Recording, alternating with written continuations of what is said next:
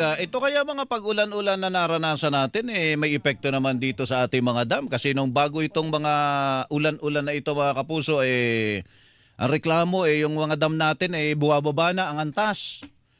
Yung Angat Dam na yan, Ipo Dam, Lamesa Dam, pati yung mga Binga, mga San Roque Dam na yan. O yan, ito po alamin natin, meron pa pala tayong dalawang bagyo mga kapuso, si Francisco ang nalalabas na at pagkatapos merong isang papasok si Gardo. Ayan, si Mr. Joffren Habaluyas, hydrologist ng Hydrometeorology Division ng Pag-asa ang ating po makakausap. Mr. Habaluyas, magandang umaga po sa inyo. Hello. Magandang umaga rin po, sir, at sa inyo pong taga-subaybay sa inyong programa. Opo, yun ang tanong natin, Mr. Habaluyas. Kumusta po ang antas ng tubig sa ating mga dam sa ngayon dahil dito sa mga pagulan? Opo, as of yesterday po, sir, halos lahat po ng tubig natin sa ating mga dam is bababa pa rin po yung trend. No, kahit po meron tayong weather system na currently is andito pa rin sa PAR.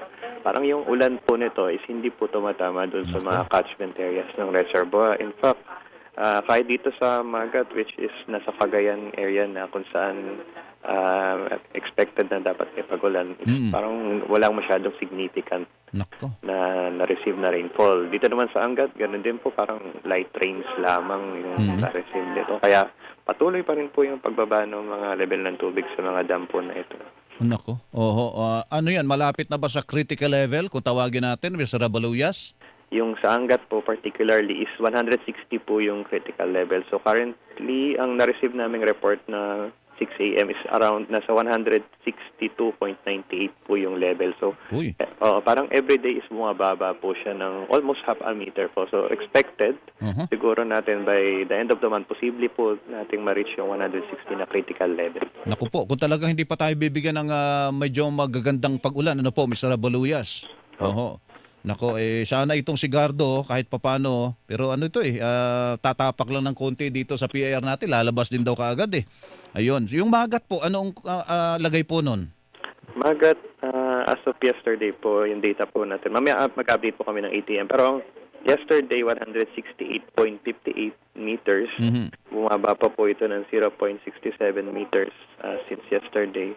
So, ito po ay almost 7 meters away from the roll curve elevation. Ibig sabihin, mas mababa po ito sa normal na operating level po nitong Magat. Nako, yung Binga, San Roque, Pantabangan Dam po na yan, Mr. Baluyas. Ang San Roque po kahapon is 230.80 yung level. Bagya lang po yung binaba niya, 0.05. Almost 4 meters below roll curve elevation po.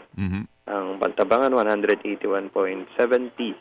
0.35 meters yung binaba past 24 hours. Ito rin po yung Pantabangan po is medyo mababa po sa roll curve elevation na 22.36 meters below the roll curve elevation.